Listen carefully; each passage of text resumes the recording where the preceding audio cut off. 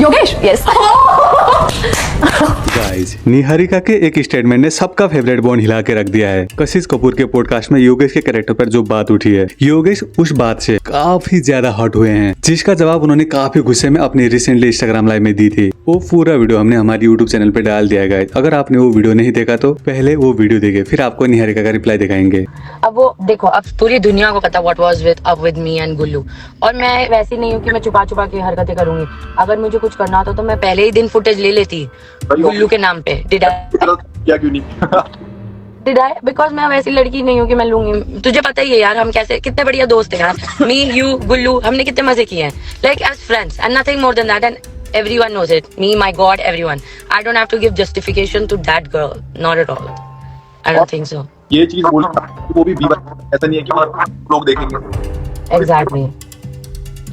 इस लाइव के बाद निहारिका को भी काफी सारा गुस्सा आया और अपनी इंस्टाग्राम स्टोरी पे कुछ लिख के उन्होंने भी रिप्लाई दिया योगेश को। निहारिका अपनी इंस्टाग्राम स्टोरी पे लिखते हैं, मेरे केस को कोई खराब नहीं बोल सकता, ये सिर्फ एक गॉसिप शो था और मैंने अपने सारे असाइनमेंट परफेक्ट तरीके से हैंडल किए हैं। जो बात मैंने बोली वही थी जो प्रीत ने मुझे पहले ही दिन ही बता दी थी। मैंने कुछ भी खुद से नहीं बनाया, इसलिए अब उसे ट्विस्ट करने की कोशिश मत करो। और एक बात क्लियर कर दूं, उसने मुझे और भी बहुत कुछ बताया था जो तुम लोग सुन नहीं पाओगे, इसलिए बोलने से पहले 2 बार सोच लो। और इसके बाद फिर निहारिका ने एक और पोस्ट किया जिसमें उन्होंने कुछ ही लिखा था, ऑफ कोर्स अब तो सब कुछ देने करेंगे, जब अपनी इमेज बचानी हो और सिंपैथी लेनी हो तो लोग वही करते हैं। और अब योगेश सोच रहा है कि वो मेरा केस बिगाड़ देगा। फनी है, मुझे कोई हाथ भी नहीं लगा सकता। लाइव जाओ, स्टोरीज डालो, शोर मचाओ, मुझे फर्क नहीं पड़ता। योगेश, मुझसे सवाल करने से पहले जरा प्रीत से पूछो कि अगर कुछ भी नहीं था तो ये बातें पहले कैसे? तो गाइस, मुझे तो इसमें ये लग रहा है कि ना योगेश की गलती है ना निहारिका की गलती है, ये सब प्रीत की गलती है। अगर उन तीनों के बीच कुछ भी था तो किसी को नहीं बताना चाहिए था, प्राइवेट रखना चाहिए था वो मोमेंट, लेकिन अब तो सबको पता चल ही गया है। दोस्तों, निहारिका के इस रिप्लाई के बाद योगेश राउत ने भी इंस्टाग्राम पर एक लंबा सा पैराग्राफ लिखते हुए कुछ ये बोला है निहारिका के बारे में। योगेश राउत लिखते हैं, मुझे निहारिका से ऐसी बात बिल्कुल भी एक्सपेक्ट नहीं थी।